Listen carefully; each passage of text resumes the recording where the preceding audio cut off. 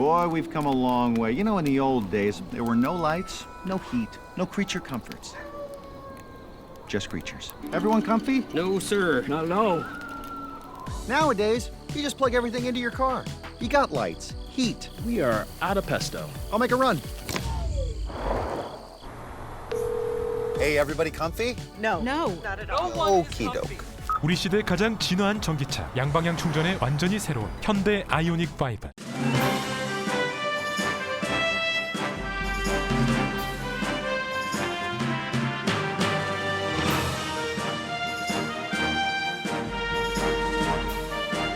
즐거움과 행복이 가득한 8월이 되시길 바랍니다.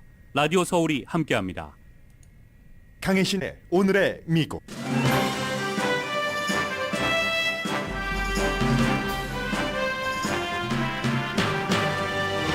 트럼프 전 대통령 집 수색 영장을 발부한 판사가 법무부에 영장 심사를 요청할 때 제출했던 진술서를 가릴 것 가리는 방식으로 수정하라고 지시했습니다. 공화당과 언론은 진술서 공개 요청을 원하고 법무부는 반대하는데 판사는 부분적인 공개 명령을 할 가능성이 높아 보입니다. 미국 국민은 트럼프 전 대통령을 다시 대통령으로 만들 것인가? 그 가능성 또 결과가 세계가 가장 주목하는 점입니다. 어느 누가 자기 운명을 강낭떡 따위와 바꾸자고 하겠는가? 남조선 당국의 대북 정책을 평가하기에 앞서서 우리는 윤석열 그 인간 자체가 싫다. 윤석열 대통령이 북한에 제안한 광복절 연설에 대해서 조선노동당 선전선동부 부부장 김여정이 이 말을 했습니다. 세계가 보도합니다. 바이든 대통령이 증오에 의한 폭력을 해결하기 위한 정상회담 United We Stand를 연다고 백악관이 밝혔습니다. 인플레이션이 식혀지는 사인들이 보입니다. 7월 주택 판매가 6월에 비해 전국 평균 거의 6%가 줄어들었습니다. CNBC 방송은 홈오너는 아직 재정적으로 편안해도 주택시장 자체는 침체라고 보도합니다. 시진핑 주석과 푸틴 대통령이 G20 정상회담에 참석한다고 주최국인 인도네시아 대통령이 미국 언론과 인터뷰에서 밝혔습니다. 미국은 두 나라 초청을 거부하라고 압력했지만 인도네시아는 대국들 사이에서 중재 역할을 하길 원합니다. 이번 회담에는 우크라이나 대통령도 초대됐습니다. 여러분 안녕하십니까? 오늘의 미국 강예신입니다. 오늘의 미국을 두고 계시는 분들 가운데서 본인이 여러 가지 분야는 있겠습니다만은 변호사를 하고 계시는 분들도 계시고 자녀분이 변호사인 분들 손 들어보세요. 너무 많으시죠? 가족 가운데 친구 가운데 변호사가 이민사회가 길어지면서 없는 그런 분들이 거의 안 계실 것 같습니다. 이렇게 저렇게 있잖아요. 찾아보면 교회 친구도 친구고요. 그래서 아마 미국에서 변호사를 하고 계시는 분들이 이 뉴스를 자세히 팔로우업을 하셨다면 어제 연방 판사의 명령에 놀라셨을 겁니다. 왜냐하면 트럼프 전 대통령 집을 가택 수색해라 하는 영장을 발부했던 판사가 가택 수색을 하려고 영장을 신청을 할 때 여러 가지 진술서 있죠. 말씀드린 것처럼 시시콜콜이 이러이러한 것이 정말 범죄를 저질렀을 증거가 있습니다 하고 썼던 그 같은 진술서를 일단 가릴 것을 가려라, 편집할 것을 편집을 하고 다시 법원에 제출을 해라 라고 얘기를 했습니다. 물론 이 진술서가 모든 케이스에서 기소되기 전에는 거의 모든 케이스에서, 거의라고 말씀드렸지만 모든 케이스에서 공개되지 않는다는 점에서 아마 변호사분들이 이 뉴스를 팔로우업 하셨다면 놀라셨을 겁니다. 그러면 가릴 것 가리고 수정한 것을 제출해라 했다는 것은 판사가 수정된 진술서를 공개할 수도 있다. 그런 뜻에서 이런 것을 수정을 하라고 했을 수 있고요. 다음 주 목요일까지 연방 법무부에 시간을 줬습니다. 연방 법무부는 그러면 안 된다고 했습니다. 이제 트럼프 전 대통령이 무엇을 대통령이 되고 나서 가져가지 말았어야지 될 것을 가져갔고 그것으로 어떠한 일들이 일어났는가 뭐 이런 여러 가지를 수사하는 처음 단계인데 그럼 우리의 로드맵을 전부 보여주는 것이 아닌가 수사가 앞으로 어떻게 진행될 것인가 또 연방법무부에서는 지금까지 수색 영장까지 갈 때까지는 대배심의 여러 가지도 있었고 또 왜 그 대통령이 달라고 하는 문서를 그 국립기록물 보관소에서 주지 않는가 여기에 대해서 여러 가지로 증언을 한 사람들도 있겠죠. 증인도 보호를 해야지 되고 이제 처음 수사가 시작이 됐는데 앞으로는 그럼 누가 다 공개되면은 증인을 하겠는가 이건 있을 수 없는 일이다라고 하면서 연방법무부는 공개하지 마세요 했는데 그 전에 공화당, 상당수의 공화당과 뭐 민주당 의원들도 투명하게 하자 하면서 공개하라고 하는 사람들도 있고 AP통신, 뉴욕타임즈를 포함한 뭐 진보, 중도, 보수, 통신 할 것 없이 많은 매체에서도 이건 특별한 케이스니까 진술서를 공개를 해라. 우리도 좀 우리 나름대로 판단을 하겠다. 트럼프 전 대통령이 하는 말만을 믿을 것도 아니고 연방법무부나 연방수사국에서도 이게 공정하게 집행됐는가를 우리가 판단하겠다 하고 신청을 해놨고 연방법무부가 허락해 주지 마세요. 했더니 판사가 그럼 중간 비슷한 거죠. 수정을 해가지고 일단 와라 라고 했습니다. 브루스 라인하이트 판사, 플로리다주의 판사고요. 그동안에 수색 영장을 발부했다 해서 열하루인가요? 오늘까지? 열이틀인가요?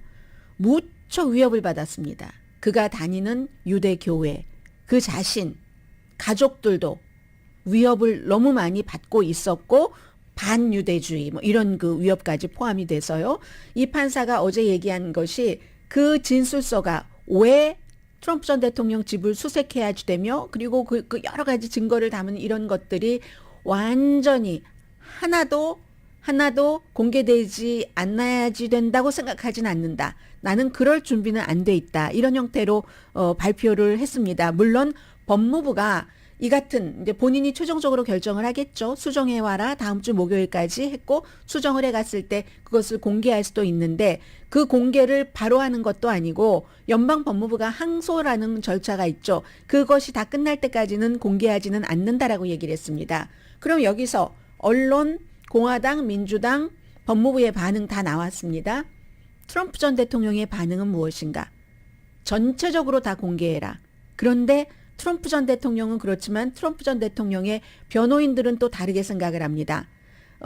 왜냐하면 트럼프 전 대통령이 다 공개해라 하는 것은 누군가가 아무튼 조사를 어디로부터 받았다는 것은 트럼프 전 대통령을 희생자처럼 보이게 하고 또 순교자처럼 보이게 하고 그렇게 만들겠죠. 트럼프 대통령이 아주 기술이 좋으니까 그 방면에. 그리고 이제 그로 인해서 트럼프 전 대통령은 정치적인 힘을 쫙 끌어서 돈을 뭐 하루에 100만 달러씩 지금 모으고 있다고 하잖아요. 이 일 이후에 쫙 해서 정치적인 힘을 크게 올린다. 이런 생각인데 트럼프 전 대통령의 변호인들은 위험하다고 보는 겁니다. 연방법무부에서 영장심사 그를 요청을 할 때 어떠한 내용들이 그 안에 들어가 있는지 트럼프 전 대통령이 말한 대로 다 공개를 한다면 모르잖아요. 변호팀들은 변호를 해야지 되니까. 그래서 지금 입장은 그렇습니다. 트럼프 전 대통령은 뭐 그것 이외에도 그 FBI 요원들이 자극하지 않으려고 FBI 요원이라고 막 다 써있는 유니폼 같은 거 입지 않고 갔습니다. 그날 사복 차림으로 갔는데 그럼 본인의 집을 수색하는 비디오를 전부 공개한다 뭐 이런 얘기도 하고 그랬습니다. 아무튼 이 상황에서 트럼프 전 대통령은 여러 가지 범죄, 아주 심각한 범죄에 대해서 조사를 깊이 받고 있는 사람입니다. 그런데 정치인이 이전에 그 어떤 정치인도 지금 트럼프 전 대통령이 받고 있는 혐의 크게 네 줄기로 나눠서 수많은 혐의에 대해서 한 가지만 있었어도 당장 정치인이라는 옷을 벗을 수밖에 없었을 겁니다. 그렇지만 트럼프 전 대통령은 당의 지지가 그 당의 공화당에 속해 있는 유권자의 지지와 심지어 공화당 정치인들의 지지가 너무 강하기 때문에 이건 그런 갑옷이 없습니다. 이 갑옷이 무너지지가 않고 있는 겁니다. 그렇기 때문에 지금 이 시점에서 오늘 아침 역시 여러분들 그 스트레이 뉴스를 들으신 분이라면은 아시겠지만 미국 사람들은 지금 트럼프 전 대통령도 바이든 현 대통령도 우리가 이 다음 임기에 대통령이 되는 것을 원치 않는다. 그 원치 않는 비율을 보니까 트럼프 전 대통령 더 싫어 하는 사람이 한 10%포인트 정도 높은 것 같더군요. 뭐 60%대 70% 정도 전체적으로 뭐 공화당을 빼고는 그렇게 된다는 건데 그렇기 때문에 팍스의 로라 잉그램 같은 어피니언 리더는 미리 그것을 알아보고 트럼프 전 대통령이 나 2024년도 그 대선에 출마할 거야. 민주당 예비선거 후보로라고 발표할 때쯤 되면은 사람들이 마음을 돌렸을지도 모른다라고 얘기하는지도 모릅니다. 그러나 그 진단이 꼭 맞았다고도 볼 수 없는 겁니다. 지금 이 수사 방향이 어떻게 가느냐에 따라서 미국뿐만이 아니라 서방 세계도 지금 전부 신경을 쓰고 있습니다. 2024년 멀었는데 멀기는 뭐가 뭡니까? 공화당과 민주당에서 그 당의 대선 후보를 선택을 하는 선거, 예비선거는 얼마 남지 않았습니다. 2024년 11월이 본선거이지만 그래서 지금 신경을 쓰고 있는 거고 그리고 힐러리 클린턴과 트럼프 전 대통령이 후보로서 겨룰 때 그 당시에 힐러리 클린턴이 너무 싫어서 너무 미워서 그래서 트럼프를 차라리 트럼프도 정말 아니지만 힐러리보다는 낫다. 교활하고 오만하고 아니 왜 그 이메일 같은 것도 정부 이메일을 쓰지 않고 본인의 집에 서버두고 그 이메일을 그렇게 많이 개인 이메일로 썼어? 그런 것도 싫고 하는 그 수많은 사람들이 힐러리보다는 트럼프다 하고 트럼프는 겪어보지 않았기 때문에 찍었던 사람이 있습니다. 물론 버니 샌더스가 떨어졌기 때문에 실망해서 트럼프 쪽으로 여러 가지 이 무역 관계라든가 이런 것은 같이 의견이 트럼프와 버니 샌더스도 비슷했으니까 찍었던 사람도 있습니다만 단지 더 중요한 것은 트럼프가 너무 싫어서 누가 싫어서 누구 찍었다는 얘기예요. 그런 사람들 가운데서 지금 후회한 사람들도 많고 2020년도 대선 결과를 뒤집으려고 하고 만약에 바이든이 실제로 대통령에서 당선되지 않았다면 지금까지 대통령을 하고 있을 수 있겠습니까? 상식적으로. 그리고 세계 최강의 군사동맹을 없애버리겠다. 거기 해체하겠다. 미국이 나오겠다. 나토 같은 것. 이렇게 얘기를 했고 그러면서 블라디미르 푸틴이 다 옳다라고 얘기를 했었던 그 사람이 다시 미국의 대통령이 돼야지 되는가? 미국 사람들은 그 사람을 다시 대통령으로 뽑을 것인가 신경을 쓸 수밖에 없죠. 그렇다면 만약에 될 수도 있고 되지 않을 수도 있지만 심지어 공화당의 예비선거 후보로도 공화당의 후보로도 당 대선 후보로도 될 수도 있고 안 될 수도 있지만 세계 걱정하는 세계에서는 지금 제가 BBC, 가디언, 이코노미스트를 다 종합을 해서 전해드립니다. 그렇다면 트럼프를 멈출 수 있을까? 미국 대선 후보에도 못 나오도록 시기상조죠. 아직까지 이런 얘기를 말한다는 것이. 그러나 영향력이 점점 강화되고 있기 때문에 집을 수색당한 뒤에는 트럼프 전 대통령의 공화당에서의 영향력 강화돼서 어제 미치 매코넬 공화당 상원 원내대표가 뭐라고 얘기를 했냐면 우리 상원에서는 공화당이 다수당이 된다는 그것을 보장하지 못한다. 얼마 전까지는 되는 것처럼 보였는데 어제 제가 말씀드렸던 그런 건데 그 이유에 대해서 미치 매코넬 공화당 상원 원내대표는 지금 공화당 상원 그 선거에 나가고 있는 후보 가운데서 후보가 됐는데 당에서는 후보가 됐는데 11월에 민주당 후보와 겨뤄야지 될 공화당 후보 가운데서 함량 미달이 많기 때문에 자격이 없는 사람들이 이상한 사람들이 됐기 때문에 그 이상한 사람들이라는 것은 전부 트럼프 전 대통령이 지지하는 사람들 개인적으로 그렇게 막 도덕을 강조하더니 나중에 알고 보니까 뭐 혼외 자식이 있다던가 아니면 무조건 이 트럼프가 이겼다고 주장을 한다던가 심지어 와이오밍의 리스 체니 의원을 이긴 트럼프 전 대통령이 지지한 변호사 해리엇 헤이그먼 같은 경우는 2번 팍스와 인터뷰를 했는데 한 번 처음 인터뷰할 때 리스 체니가 나에게 무슨 뭐 패배 인정도 하지 않았다 뭐 이렇게 얘기를 하고 리스 체니는 전화를 했는데요. 그 기록을 공개를 했잖아요. 그런 사람들이 많이 됐기 때문에 예를 들어 와이오밍이야 되겠죠. 공화당이 상원에서 다수당이 된다는 장담이 없다라고 얘기를 했습니다. 트럼프가 다시 대선에 출마할 것인가 공화당은 그를 선택을 할 것인가 이 점에서 리스 체니는 하원 공화당 예비선거에서 지고 나서 점점 무게감이 높아지고 있습니다. 용감하고 공화당의 원칙에 충실한 보수 중의 보수였다. 그런 것이요. 그런데 그가 진 게 30포인트나 차이로 정치인은 해본 적이 없는 사람에게, 트럼프가 지지한 사람에게 진 것은 그만큼 트럼프의 영향력이 강하다는 거죠. 그리고 이런 사람들 말고도 트럼프 전 대통령의 지지를 받기 위해서 구애한 사람, 뭐 왕의 반지에 키스를 해보기 위해서 했었던 사람들이 너무 많다는 것을 강조를 하고 있습니다. 투표가 도둑 맞았다 하는 그 위험한 주장을 하는 전 대통령을 쳐다보고 있는 사람들이 많다는 건데, 2024년도 공화당 유권자들에게만 물어보면 현재 50%나 트럼프 뭐 대선 후보 되는 거 지지하겠어 라고 하는데, 예비선거 단계에서는요 보통 한 30% 지지만 받더라도 단단한 것으로 봅니다. 왜냐하면 한 사람만 나오는 것이 아니니까. 그만큼 공화당에서 트럼프 전 대통령이 강하다는 것이고, 그리고 집을 수색당한 뒤에는 더 강해졌기 때문에 불과 얼마 전까지 론 디센티스 플로리다주의 공화당 주지사가 어디였었죠? 뉴햄프셔였던가요? 뉴햄프셔에서는 처음으로 트럼프 전 대통령에 비해서 공화당 사이에서 지지율이 높아졌는데, 지금으로서는 지금 이 순간에 이 상태로 보면 바뀔 가능성은 있지만, 론 디센티스가 제일 바라는 것이 트럼프 전 대통령이 대통령 후보로 되고 내가 부통령, 그의 러닝메이트가 되는 것 정도라고 할 정도로 한 열 이틀 사이에 트럼프의 힘이 쫙 올라가 버렸다는 거죠. 그럼 트럼프를 나오지 못하게 하는 것에는 법적인 뭐가 지금 걸려 있는 것들이 될까? 그런데 법적인 것은 그것이 무엇이 되었건 트럼프의 힘을 더 강하게 해줄 가능성이 높다는 거죠.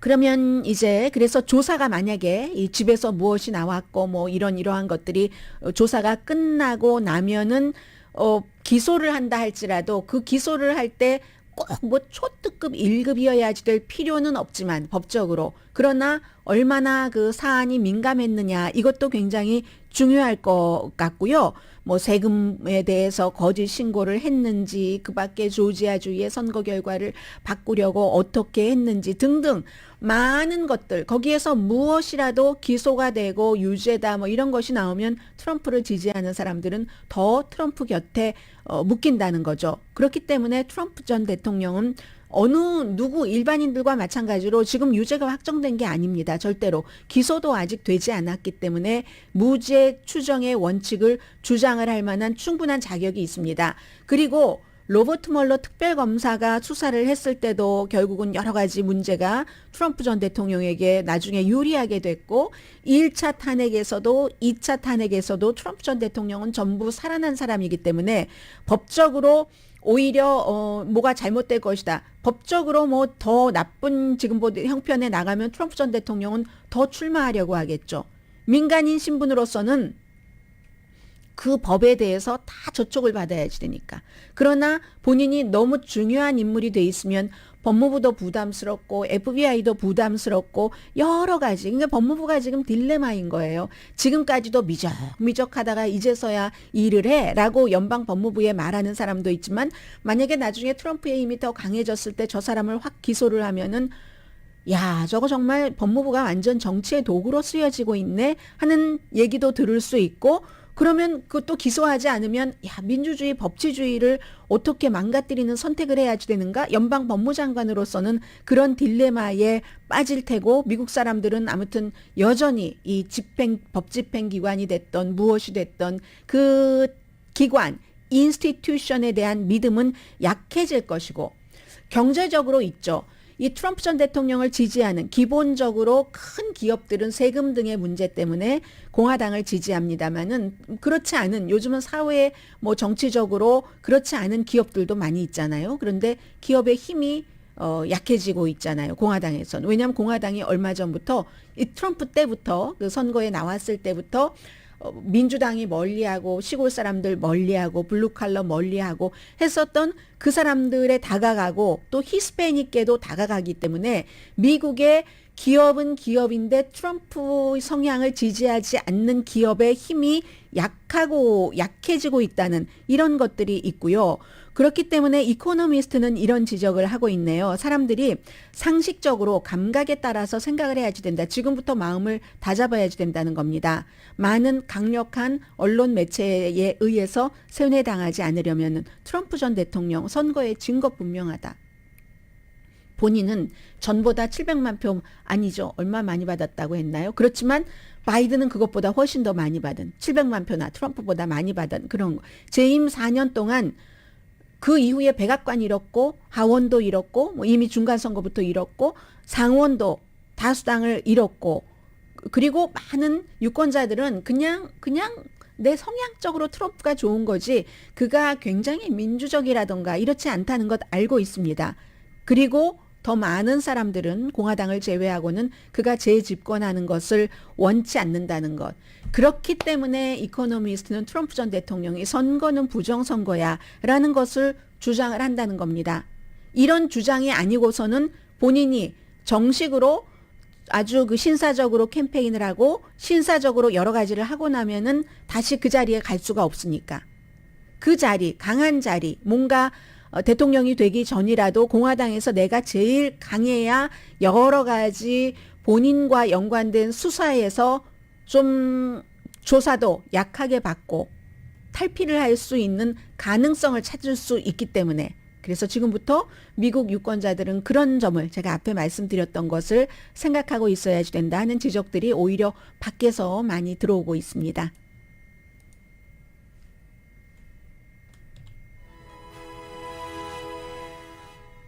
오늘의 미국은 존경받는 기업 17년 연속 1위, 소비자 신뢰도 1위인 유한양행 뉴오리진 미주 총판, 피부과학 셀리온, 이민법 가정법 전문 제인정 종합법률 사무소, 절개를 최소화하는 복강경 수술 전문 장지아 외과, 프리미엄 고기 쌈밥 전문 레스토랑 쌈, 재래식으로 직접 만드는 검정콩 생순두부 수라원 순두부, 한국 홈쇼핑 공동후원입니다.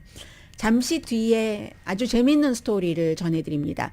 미국 언론도 이 내용을 보도하고 한국 언론도 이 내용을 보도하는데 한국 언론이나 미국 언론이나 여러 가지 이유에서 이 언론사 자체도 그것을 보도하는 사람 자체도 때로는 모든 것을 다 할 수 없는 때가 있잖아요. 뭐 능력 부족도 있고 여러 가지 상황이 있기 때문에 그래서 하지 못하는 것들이 있습니다. 그것을 오늘의 미국에서 잠시 뒤에 전해드리겠습니다.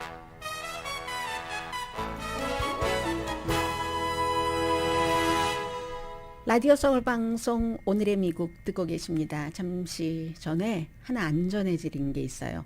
왜 그 와이오밍주에서 리스 체니를 뭐 30포인트 정도 차이로 이기고 와이오밍주의 공화당 연방 하원 의원 후보가 된 해리엇 누구죠? 해리엇 헤이그먼. 이제는 외울 수 있을 것 같네요. 해리엇 헤이그먼이 원래 그 팍스 TV의 선거 당일 저녁에 이제 개표하면서 인터뷰를 할 때 아직 그 리체니에게 한마디도 못 들었다. 패배 시인 같은 거 못 들었다. 왜냐면 이건 기본적인 전통이잖아요. 미국 사람들이 딱 졌다 하면서 패배를 시인하는 연설을 하러 가기 전에 연설하면 늘 그런 얘기 하잖아요. 방금 전에 위너와 통화했습니다. 정말 축하합니다. 나와 여러 가지 성향이라든가 정책 노선 이런 것은 달라도 그도 나도 다 미국을 사랑하는 사람입니다. 예전만 하더라도 이렇게 얘기했습니다. 몇 년 전까지만 하더라도. 요즘에는 음모론을 들고 나오는 사람들도 많지만 이런 기본적인 것을 리스 체니도 했다는 겁니다. 그런데 이 그 해리엇 그 헤이그먼 그 당선자는 못 받았다고 얘기를 했습니다. 박스와 인터뷰에서 못 받았다고 하니까 리스 체니가 폴리티코에 그 기록을 파일을 공개를 했습니다. 그 파일에 뭐라고 써 있냐면 헬로 해리엇 헬로죠. 헬로 원래는 하이라고 했었을지도 모르겠는데 친구였다가 적이 됐으니까 하면서 뭐 내가 축하한다고 간단하게 얘기를 하고 하이라고 했네요. 하이 해리엇 나 리스 체니야. 지금 나는 8월 16일 선거 당일이죠. 화요일 8시 13분인데 패배를 시인하려고 전화한다. 그리고 이긴 것 축하해. 땡큐. 이렇게 돼 있었습니다. 그랬더니 해리엇 헤이그먼이 나는 못 받았다라고 얘기를 하고 이게 공개가 되고 나니까 어제였나요? 다음 수요일이었습니다. 션 해니티와 인터뷰에서 무슨 소리냐. 그냥 헬로 해리엇 이 한마디 뿐이었다라고 주장을 했습니다.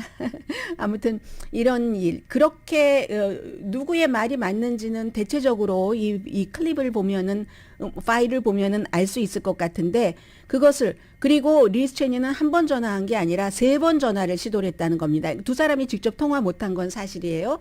3번 했는데 본인이 이제는 패배 시인 연설을 하려고 그 백조의 호수 앞으로 나가야지 되니까 더 이상은 이제 할 수가 없었고 그랬다라고 얘기를 했고 어쨌든 해리엇도 전혀 못 받았다 하다가 나중에 한 번 봤는데 거기에 헬로 해리엇이라고 딱 그 두 문장 두 단어 써 있고 끝났어라고 얘기를 하잖아요. 그런데 예를 들어서 제가 지금 말씀드리는 여기까지 듣지 않으신 분이라면 뭐 해리엇 말이 맞다고도 할 수 있고 그렇잖아요. 아무튼 그런 일이 있습니다. 그리고 리스 체니가 지금 주목받고 있는 것 가운데 하나가 에브라함 링컨 얘기만 한 게 아니라 그날 그 패배 시인 연설을 할 때 율리시스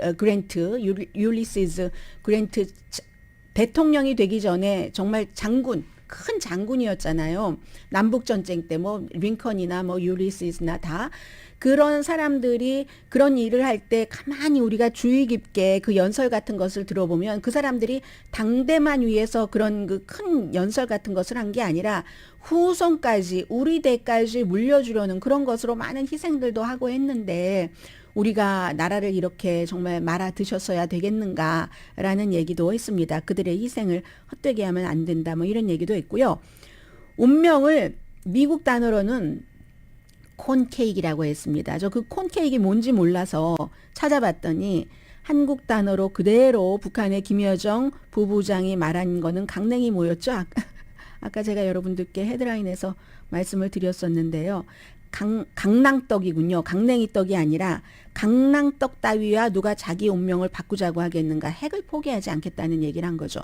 윤석열 대통령이 8월 15일에 5월 달에도 그랬지만 그때 얘기한 것과 크게 다를 바가 없었습니다. 북한이 핵을 포기하는 것을 스텝을 밟으면 완전히 포기한 애프터가 아니라 그런 스텝을 밟으면 우리는 거기에 맞는 경제적인 지원을 할 수 있다고 했고 그것을 아주 대담하다 뭐 이런 형태로도 얘기를 했습니다. 그랬더니 김여정 부부장은 부조리의 극치다. 첫 번째로 언급을 한 겁니다. 윤석열 대통령의 북한에 대한 말에 대해서. 그래서 여기에 보면은 한국 매체에서 다 얘기하지 못하는 것은 예를 들어서 매체도 여러 성향이 있잖아요. 요즘 분명하게 나뉘어져 있기 때문에 여기는 문재인 대통령에 대한 욕도 들어가 있고 막 이러니까는 반쪽만 되고 미국에서는 말씀드린 대로 콘케이크 뭐지? 하면 저는 강낭떡하고 찾아봐야 되잖아요. 그 언어를 충분히 전달하지 못하고 하는 것이 있기 때문에 제가 이 부분을 다는 아니지만 김여정 부부장이 얘기한 것을 대체적으로 전해드리겠습니다. 이걸 보면 북한은 남한에 누가 지도자가 있든지 북한 대 남한으로 생각하지 뭐 북한 대 문재인, 북한 대 윤석열 이렇게 생각하지 않는다는 것을 알 수가 있거든요. 그리고 그 언어의 그 극치스러운 극치라고 하는 것은 끝이 없습니다. 일단 기본적으로요. 이런 얘기를 했습니다. 처음에 허망한 꿈을 꾸지 말아라가 제목입니다. 김여정 조선노동당 중앙위원회 부부장 담화에서 할 말이 그렇게도 없었거나 또 하나만한 헛소리를 했을 바에는 차라리 입을 옹 다물고 있는 편이 체면을 유지하는데 더 리로웠을 것이다 라고 하고 민심도 떠나가는 판국에 윤석열이 애당초 그런 자리에 나서지 않았다면 오히려 나았을 듯 싶다. 내가 윤석열을 걱정해서 이 말을 해주는 것이 아니면 삼척동자도 다 알 터이고 하도 남쪽 동네에서 우리의 반응을 목 빼들고 궁금해하기에 오늘 몇 마디 해주는 것이다. 가장 역스러운 것은 우리더러 격에 맞지도 않고 주제 넘게 핵 개발을 중단하고 실질적인 비핵화로 전환한다면 그 무슨 경제와 민생을 획기적으로 개선할 수 있는 과감하고 포괄적인 담대한 구상을 제안한다는 황당무계한 말을 줄줄 읽어댄 것이다. 한때 그 무슨 운전자를 자처하며 무사람들에게 의아를 선사하던 사람이 사라져버리니 이제는 그의 절대 짝지지 않는 제멋에 사는 사람이 또 하나 나타나 권좌에 올라앉았다. 담대한 구상? 그러면 내가 그 허망성을 한마디로 대답해 주겠다.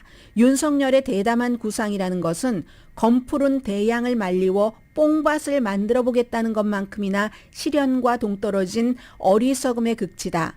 상대가 어떻게 받아들이겠는지, 또 북남 관계를 아는 사람들이 어떻게 평할런지도 전혀 개의치 않았으니 그 나름대로의 용감성과 넘치게 보여준 무식함에 의아해짐을 금할 수 없다. 몇 마디 충고하고자 한다.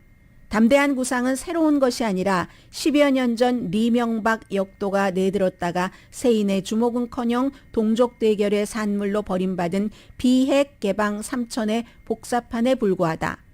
우선 북이 비핵화 조치를 취한다면이라는 가정부터가 잘못된 전제라는 것을 알기나 하는지 모르겠다. 세상에 흥정할 것이 따로 있는 법, 우리의 국채인 핵을 경제협력과 같은 물건짝과 바꾸어 보겠다는 발상이 윤석열의 푸릇청청한 꿈이고 희망이고 구상이라 생각하니 정말 천진스럽고 아직은 어리기는 어리구나 하는 것을 느꼈다.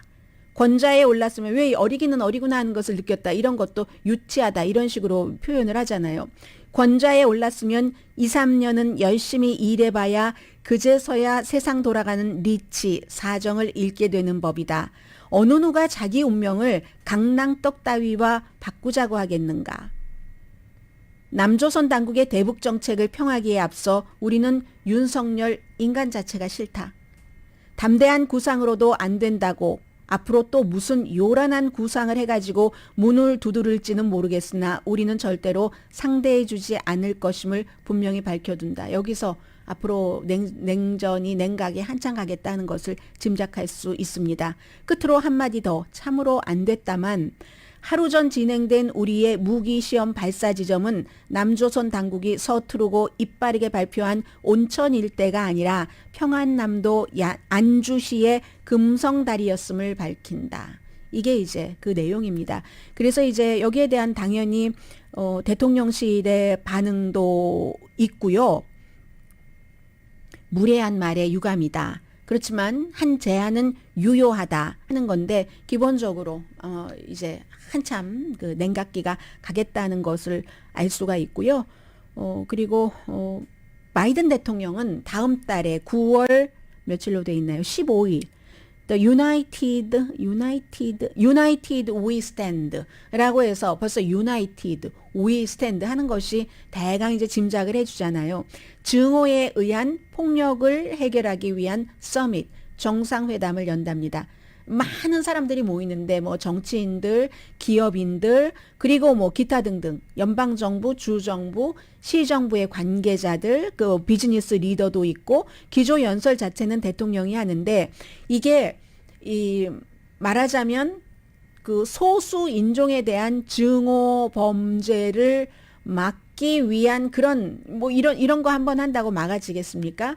어쨌든 방향은 제시를 해야지 되고 노력은 해야지 되잖아요. 그런 것들을 백악관이 하겠다는 겁니다. 버팔로에서 10명의 흑인이 사망했습니다. 그때 18살의 범인이 총을 막 휘두르고 했었던 범인이 대체 이론을 얘기를 했죠. 이게 뭐 처음에 뭐 프랑스에서 시작된 거지만 뭐 1900년대 초에 결국은 백인을 어떤 인종도 대체할 수 없다. 이 그 용의자인 청년도 180페이지짜리 그것을 가지고 이제 흑인들이 많은 커뮤니티를 딱 집어서 간 거잖아요. 백인 우월주의자를 정말 미국의 독이다. 이 바이든 대통령이 그 이후에 그렇게 얘기를 했습니다. 그 이전에는 조지아주 애틀란타에서 한인이 포함된 아시안 여성들 그런 그 사건이 있었을 때도 마찬가지 그 지역도 방문을 했었고요. 2017년도였습니다. 이제 대선에 출마하기 전이었었죠. 버지니아주 샤르츠빌에서 열린 백인 우월주의자들의 그 모임을 보고 그 백인 우월주의자들이 그랬잖아요. 유대인이 우리를 리플레이스 할 수 없다. 흑인이 우리를 리플레이스 할 수 없다. 우리는 백인이니까.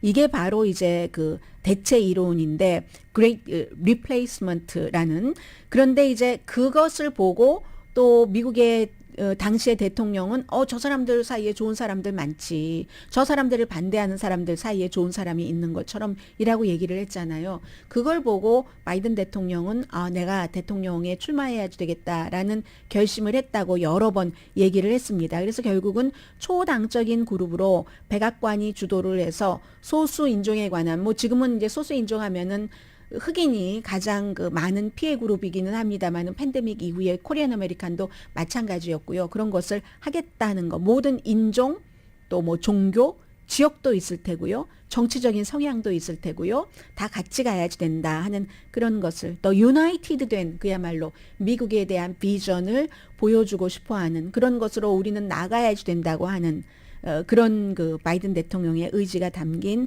미팅이라고 보여지고요. 잠시 뒤에 인플레이션이 조금 잡히고 있다는 사인들이 구체적으로 나오고 있어서 좀 전해드립니다.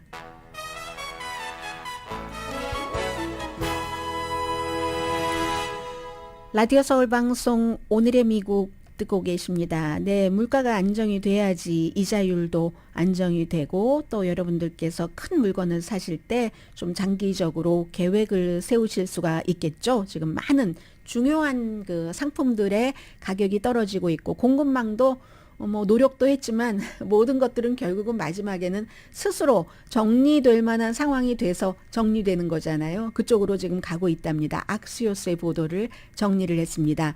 굉장히 굿뉴스죠. 두 가지다. 공급망도 좀 제자리를 찾아가고 있고 물건값 그렇다고 이게 팬데믹 이전처럼 그 이전에 가장 쌌던 가격으로 돌아간다 이런 일은 없습니다. 그런 일은 없지만 훨씬 비쌌던 가격들이 낮아지고 있다, 좋아지고 있다 하는 거고 그리고 주식 투자하시는 분들도 많이 계실 텐데 그분들도 중요하잖아요. 인플레이션 항상 한동안 주식시장에 굉장히 위험함이었기 때문에 인플레이션 자체도 그렇고 사람들이 돈 쓸 돈이 없어지잖아요. 그리고 마음도 위축되고 그로 인해서 이자율이 오르면 그것도 마찬가지고 저금을 한다던가 이자율이 오르고 하면은 주식시장엔 그다지 좋지는 않으니까 그런 문제가 있었는데 예를 들어서 이거 중요하네요. 목재 가격. 너무 집에 이제 작은 것만 하려고 하시더라도 아니 나무 예전에 하나 이거 3불이었는데 지금 10불이 넘어 이러신 분들 많이 계시는데 2021년도 그때 정말 대단했었죠. 올해 초에도 높았는데 3월 달 이후에 60%나 지금 내려갔다고 하니까 집 업그레이드 하실 분들 다시 한번 홈디포에 가보시기 바랍니다.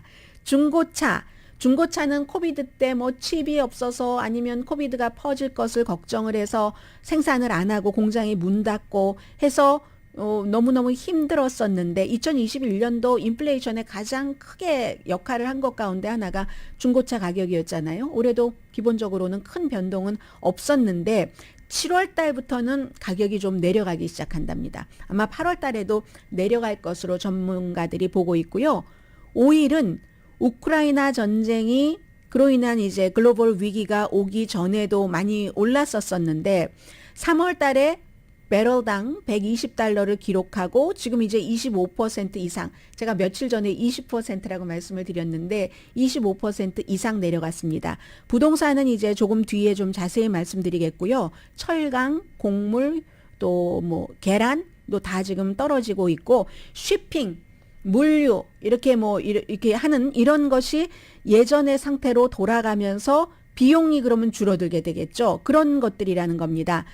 그래서 주식시장의 관점에서 볼 때도 좋은 소식이 될 수 있고요. 또 연방준비제도가 금리를 충격적으로 계속 이번에 세 번째 0.75% 하겠어. 이런 것은 안 하지 않을까로 점점 깊어지는 것입니다. 그렇지만 한 가지.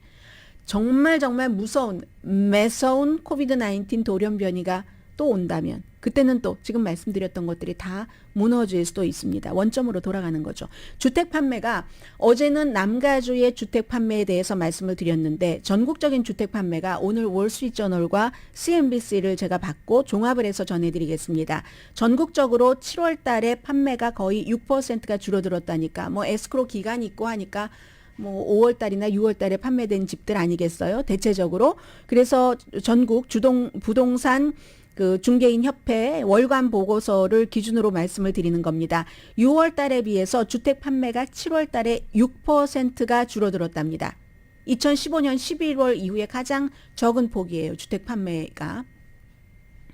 그러면 이게 팬데믹 초기를 제외를 하고는요. 1년 전 7월 달보다는 20%가 주택 판매가 줄어든 거고요. 원인은 뭐 여러 가지가 있죠. 그런데 가장 중요한 것은 거듭 말씀드립니다만 공급과 수요의 원칙입니다. 지금 한인 가운데서 부동산 업계에서 가장 유명하신 분이 로렌스 윤이잖아요. 그분이 CNBC 방송과 인터뷰하는 것 보니까 건설업자가 신축하지 않기 때문에 여러 가지 불안정, 그동안 목재값도 비쌌고 제때 공급받지도 못했고 하기 때문에 주택 경기는 침체에 빠졌다.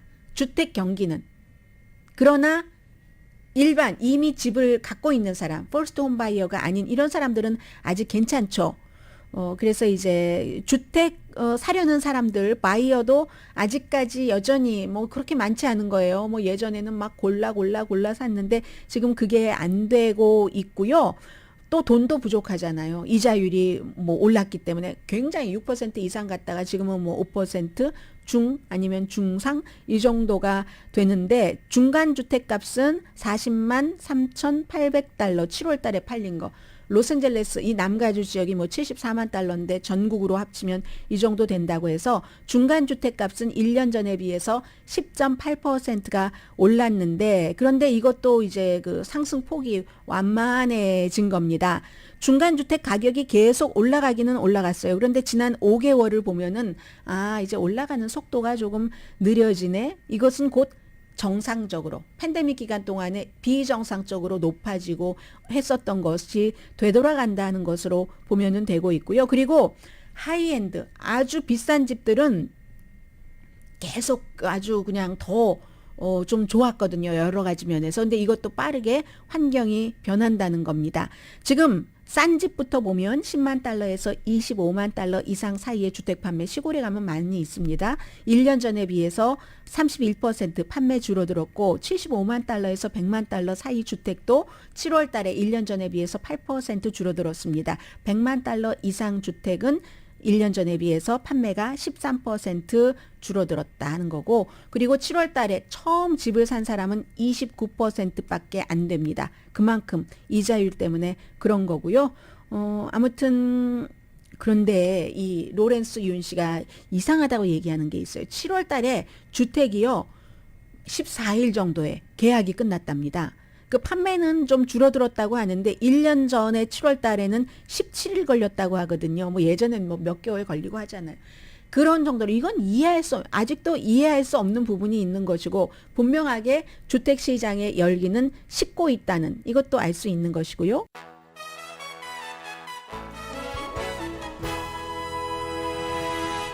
라디오 서울방송 오늘의 미국 듣고 계십니다. 네, 이 미국에서는 뭐 중국과 러시아가 우크라이나 침공이라든가 대만에 대해서 미국과 격돌하고 있는 이런 여러 가지이기 때문에 G20 정상회담의 주최국인 인도네시아가 그들을 초대하지 않기를 원했지만 인도네시아도 작은 나라지만 주권 국가고 뭔가 본인들이 그 국가에 유리하게 되는 그런 쪽으로 명분은 있으면서 세계적으로 해야 되잖아요. 그래서 인도네시아의 대통령이 지금 발리에서 11월 달에 열리는 G20 정상회담에 푸틴과 시진핑 중국 국가주석 두 사람이 전부 참석을 한다 하고 미국의 블룸버그 뉴스 등과 블룸버그인 것 같아요. 인터뷰를 했습니다.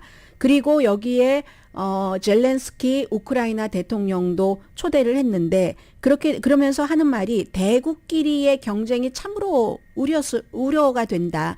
우리 지역에서 안보 이런 것들이 평화가 없으면 우리가 경제 발전도 하기 어렵다고 하고 그러니까 우리가 중재하겠다고 얘기를 하고 또 인도네시아의 대통령이 직접 무슨 뭐 그 중국이라든가 아니면 그 모스크바를 갔잖아요. 모스크바도 가고 키브도 가고 해서 그 위도도 그 대통령이요 하겠다고 하는 것이고 클레물린과 그 중국에서는 아직까지 여기에 대해서 가겠다 안 가겠다 공식 확인을 해주지 않지만 주최국이 그렇게 얘기를 하니까 11월 달에 미국, 중국, 러시아 대통령이 한 장소에서 만날 수가 있게 되는 거고요.